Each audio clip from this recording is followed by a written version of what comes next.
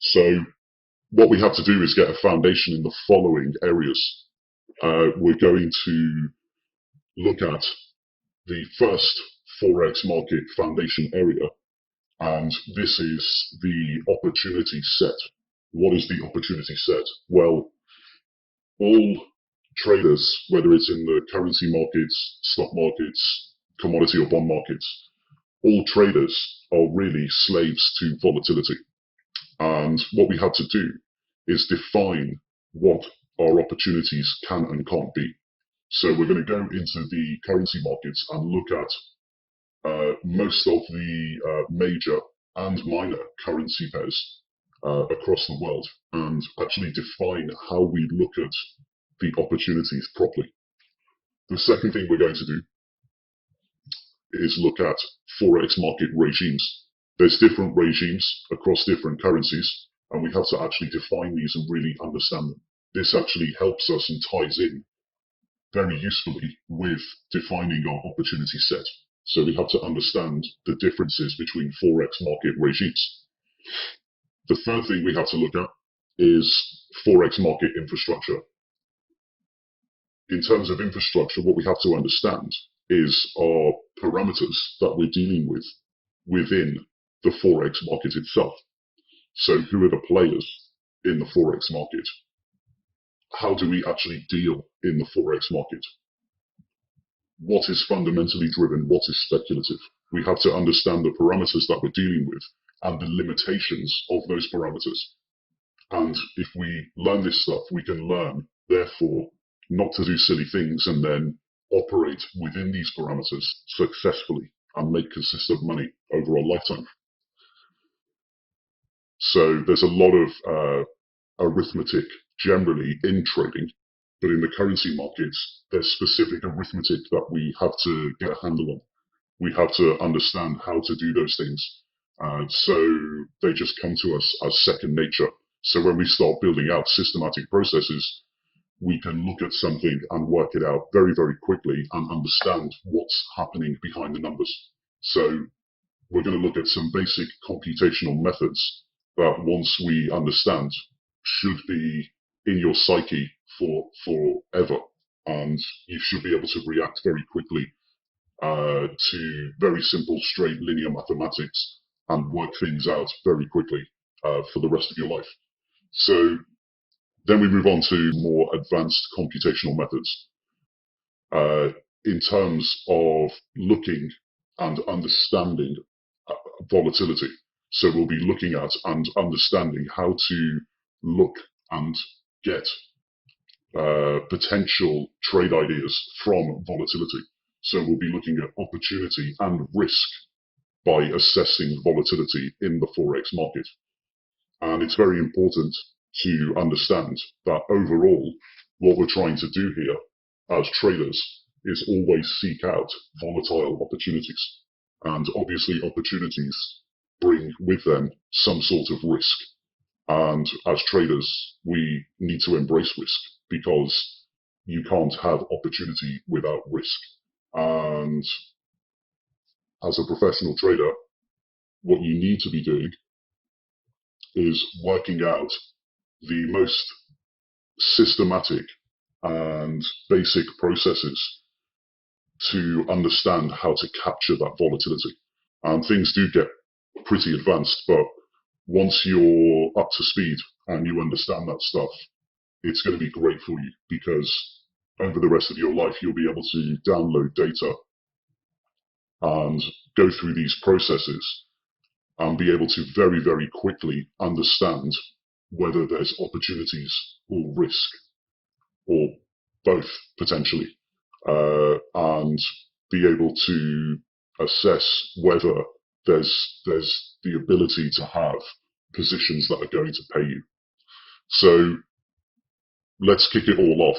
And once we go through the first 6 videos, then we can actually move on because we will have got this foundation. Then we can actually move on to building out systematic processes, which we start on idea generation, then moving on to gatekeeping, then moving on to risk management and self-awareness statistics. So the first thing we do is build this foundation. Once your foundation is strong, then we'll move on to the systematic process. So let's start with the opportunity set. Okay, so let's get started with building out our understanding of the underpinnings of the Forex market. And let's try to establish a really solid foundation and understanding of the currency markets. So the first thing we're going to have a look at here is we're going to try to understand what the Forex markets are all about in their basics. And what you're going to find is that there's a lot of what we call noise in the Forex market, more so than probably any other asset class. What do we mean by the noise? Well, what we mean is basically the participants, so companies and people within the Forex market that have inherent conflicts of interest to your own objective, which is to make money using your own money. And these participants that perpetuate the noise, really, they divert your attention away from your objective in order to get themselves paid. And what you're going to find is a lot of brokers and educators in the Forex market, they're no different in the Forex market than any other asset class. In fact, they're probably even worse than in other asset classes. And once you start really understanding what their objectives are and how they're counterintuitive to your own objectives, you're going to begin to understand what the true underpinnings of the retail trader Forex market actually are. And you'll be able to cut through all of this noise and the BS perpetuated by these players with their inherent conflicts of interest. What do we mean by the conflict of interest? Well, what we mean is actually the people and companies that get paid on a volume basis. So they get paid a commission based on the amount of volume that trades in a particular market. So once you understand how this conflict of interest is against all of your own objectives, you're going to understand and know the difference between what is probably true and what is false in the markets. And that's going to really help you to avoid all of the retail Forex trading mistakes. And it's going to stop you losing money. So becoming part of what we call the 90-90-90 in the Forex markets, which is 90% of retail Forex traders lose 90% of their money within 90 days. And it's going to protect your downside. And the 90-90-90 phenomenon is something that we talk about a lot. The vast majority of retail Forex traders actually lose most or all of their money in a very short space of time. And it's absolutely 100% true. You know, we have a lot of statistics that we look at, and we've seen the 280,000 trading accounts in the Forex market, in the retail Forex market across all the retail brokerage platforms. And 90% of these accounts, plus over 90%, are actually down. They lose pretty much all of their money in a very short space of time. And once you start understanding the reasons why, this is going to help you protect your downside. One of the reasons is that there's a lot of noise. And as professional traders, what we try to do all the time is to seek out, in any market, we seek out volatility.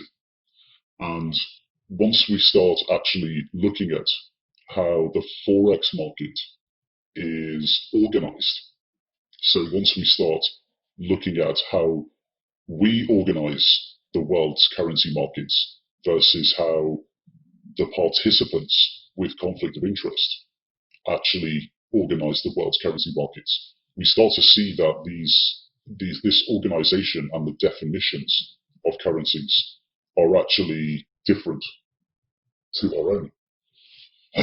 And the first thing we look at, for example, is how brokers and investment banks actually define currencies. Because what we want to do is start organizing in a professional trader way and really focus on volatility. And when we look at the way the popular media, so this is the outlet for all the noise. So we're talking about television, newspapers, and online media. When we look at the way the outlet, the media, organize and structure the definitions of currencies, we realize that they're very different to a volatility analysis. So you might think here, for example, why are we looking at investment bank definitions? Well, investment banks are really institutional brokers. They do business with hedge funds and pension funds, mainly on the secondary market side. And in the Forex markets, their clients, the hedge funds and the pension funds, trade currencies via the investment bank and pay a spread or commission. They pay the spread on all of the currency pairs that they trade. And investment banks are simply just the institutional side of retail brokers. So essentially, they're just institutional brokers. They're market makers. They also do have proprietary trading operations. And what's actually quite surprising is that the proprietary trading operations in investment banks would take the same approach that we take, which is different to the approach that the market making side of the investment bank would take